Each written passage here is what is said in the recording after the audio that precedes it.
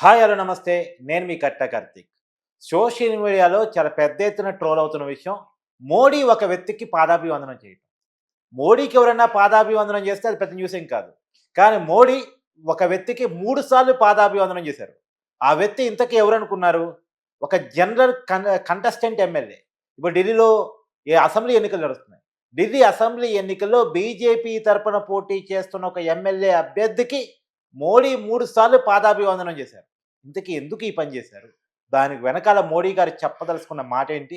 దీని మీద మరింత వివరణ తీసుకునే ప్రయత్నం చేద్దాం. నాతో ఉన్నారు ప్రముఖ రాజకీయ, సామాజిక విశ్లేషకులు కొత్తరాజురావు గారు.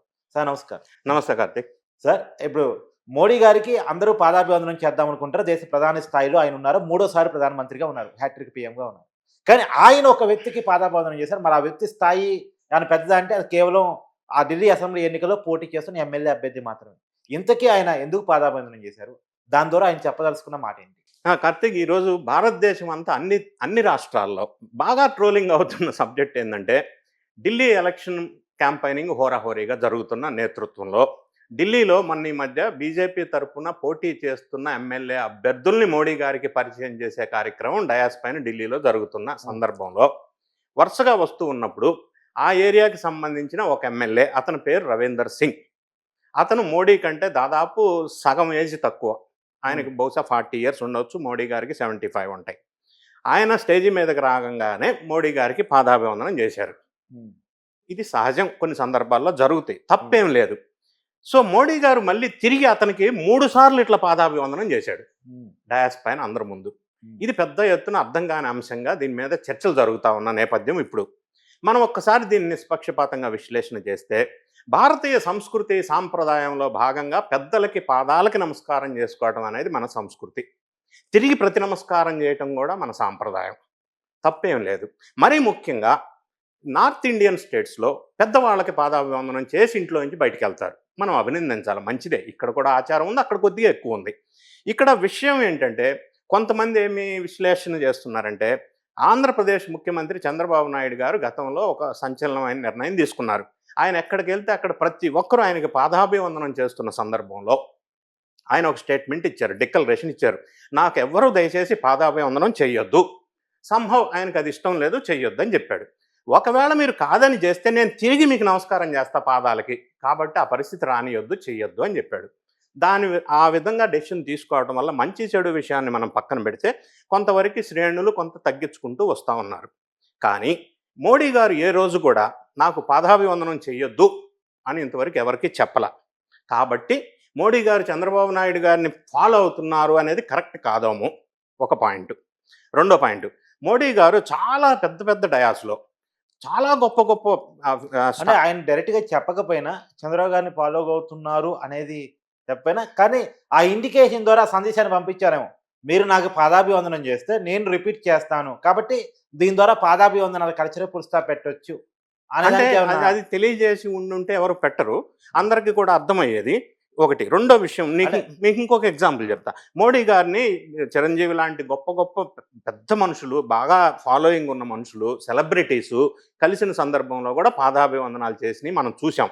ఆయనకి ఈ మోడీ గారు ఎప్పుడు కూడా తిరిగి పాదాభివందనం చేయలేదు. ఆ సంఘటన జరగలేదు. ఇది మొదటిసారిగా జరిగింది. ఎందుకు జరిగింది అనేది విశ్లేషణ చేస్తే, ఒకటి, భారతదేశంలో ఎవరు అవునన్నా కాదన్నా ఎలక్షన్లో బాగా వ్యూహంగా వ్యవహరించి ఎలక్షన్ స్ట్రాటజీస్ 100% పకడ్బందీగా వ్యూహాత్మకంగా ఇంప్లిమెంట్ చేసే జాతీయ పార్టీ ఏదన్నా ఉంది అంటే బీజేపీ మాత్రం, నో డౌట్, దాంట్లో తిరిగేలేదు. అందులో మరీ ముఖ్యంగా నరేంద్ర మోడీ, అమిత్ షాకి తెలిసినంత ఎలక్షన్ వ్యూహాలు, ప్రజలను ఏ విధంగా ఆకట్టుకోవాలా, ఎక్కడ సెన్సిబుల్ అంశం ఉంటుందో అక్కడ గ్రాప్ చేయాలా, ప్రజల అట్రాక్షన్ ఎక్కడ గ్రాప్ చేయాలా అనే విషయాల్లో వాళ్ళు బాగా ఆరితేరిన మనుషులు. అవును, బీజేపీ బాగా అందులో ఎక్స్పర్ట్. మొన్న ఈ మధ్య మనం గమనించినట్టయితే ఢిల్లీలో ఒక కార్యక్రమంలో ప్రెసిడెంట్ ఆఫ్ ఇండియా వస్తున్నప్పుడు ఆ కింద ఏదో ఒక వేస్ట్ పేపర్ కనపడితే మోడీ గారు స్వయంగా వంగి దాన్ని తీసి డస్ట్బిన్లో వేశారు. మంచి కార్యక్రమం. దానివల్ల ప్రజల్లో ఒక మంచి సందేశం వెళ్తుంది. ఆయనే అట్లా చేసినప్పుడు మనం అట్లా ఎట్లా ఉండాలా? ఒక మంచి సందేశం. అంటే నేనేమంటున్నానంటే, వాళ్ళు వ్యూహం ఎట్లా ఉంటుందంటే, ప్రజల్ని అట్రాక్ట్ చేసుకోవడంలో గొప్ప తెలివితేటలు అంటే టయానికి అనుకూలంగా దానికి తగ్గట్టుగా ప్రవర్తిస్తూ వస్తున్న విధానం మనం గమనిస్తూ వచ్చాం. సో ఇక్కడ మోడీ గారు ఏంటంటే అక్కడ వేదిక మీద ఉన్నప్పుడు జనంలో ఒక బీజేపీ అక్కడ హోరాహోరీ ప్రయత్నం జరుగుతుంది. ఆప్ పార్టీ ఏదైతే ఉందో కేజ్రీవాల్ నేతృత్వంలో అతను మళ్ళీ 4గోసారి రావాలని ప్రయత్నం. కాంగ్రెస్ హోరాహోరీగా పోరాడుతుంది. ఇవన్నీ నేపథ్యంలో బీజేపీ వాళ్ళు ఏంటంటే ఓటర్స్ని అట్రాక్ట్ చేసుకోవడంలో భాగంగా ఒక ఓటింగ్ దీంట్లో మీటింగ్స్లో ఓటర్లను అట్రాక్ట్ చేసుకునే వ్యూహంలో జిమ్మిక్లో స్ట్రాటజీలో భాగంగా ఆయన కాళ్ళ మీద 3 సార్లు పాదాభివందనం చేయటం వల్ల ఆ రకంగా ఎలక్షన్ వ్యూహంలో భాగంగా ఈ విధంగా చేసి ఉండవచ్చు అని మనం దీన్ని అనిపిస్తూ ఉంది. ఇట్లాంటివి వాళ్ళు జనరల్గా చేస్తూ ఉంటారు బీజేపీ వాళ్ళు. సో దానికి ఎంత మైలేజ్ వచ్చింది అనేది అంటే విషయానికి నిదర్శనం ఏంటి, ఈరోజు భారతదేశం మొత్తం ఇది ఒక చర్చనీయాంశమైంది. సో వాళ్ళు దాన్ని ప్రజల్లోకి తీసుకెళ్లటంలో సంహవ్ బీజేపీ వైపు జనం మాట్లాడుకుంటూ చూస్తూ ఈ ఏదైతే సంఘటన ఉందో దాన్ని చర్చించుకుంటున్న సందర్భం.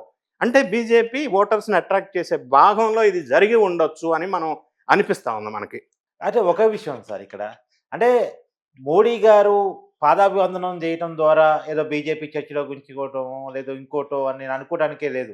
మేబీ మీరు ఇందాక చంద్రబాబు గారి గురించి ప్రస్తావించారు. పాదాభివందన కల్చర్ పులుస్తా పెట్టాలనే కారణం చేత మీరు చేస్తే నేనే తిరిగి చేస్తాను అనటం ద్వారా దాన్ని పులుస్తా పెట్టే ప్రయత్నం చేశారు. అందుపైసలు పులుస్తా పడింది కూడా. సో మోడీ గారు చెప్పకుండానే ఈ పని చేయడం ద్వారా ఇక రాబోయే కాలంలో పాదాభివందన కల్చరే పులుస్తా పెట్టాలని అనుకున్నారేమో.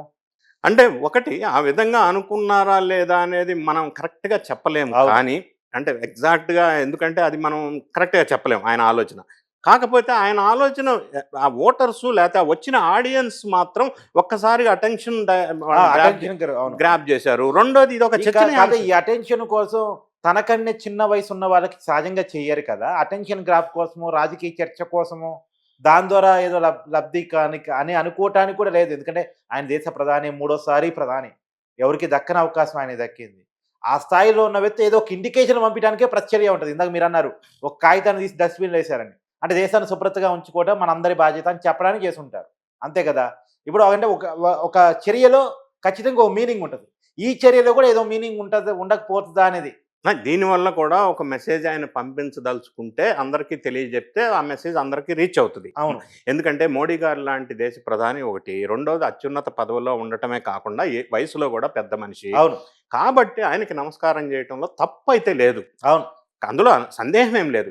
కాకపోతే ఆయన ప్రతి నమస్కారం చేయటం అనేది ఒకటి, అది మంచి సంస్కృతి, మంచి సాంప్రదాయం, భారతీయ సంస్కృతిలో భాగం అని కూడా మనం చెప్పవచ్చు, తప్పేం లేదు. ఆయనకంటే చిన్నవానికి కూడా మరి పాదాభివందనం చేయటం అనేది ఏ విధంగా చూడాలనేదే ఇందులో విశ్లేషణ. సో ఏం వ్యూహం ఉందనేది రకరకాల యాంగిల్లో మనం ప్రజలు చర్చించుకున్న సందర్భం ఇది. Thank you. Thank you.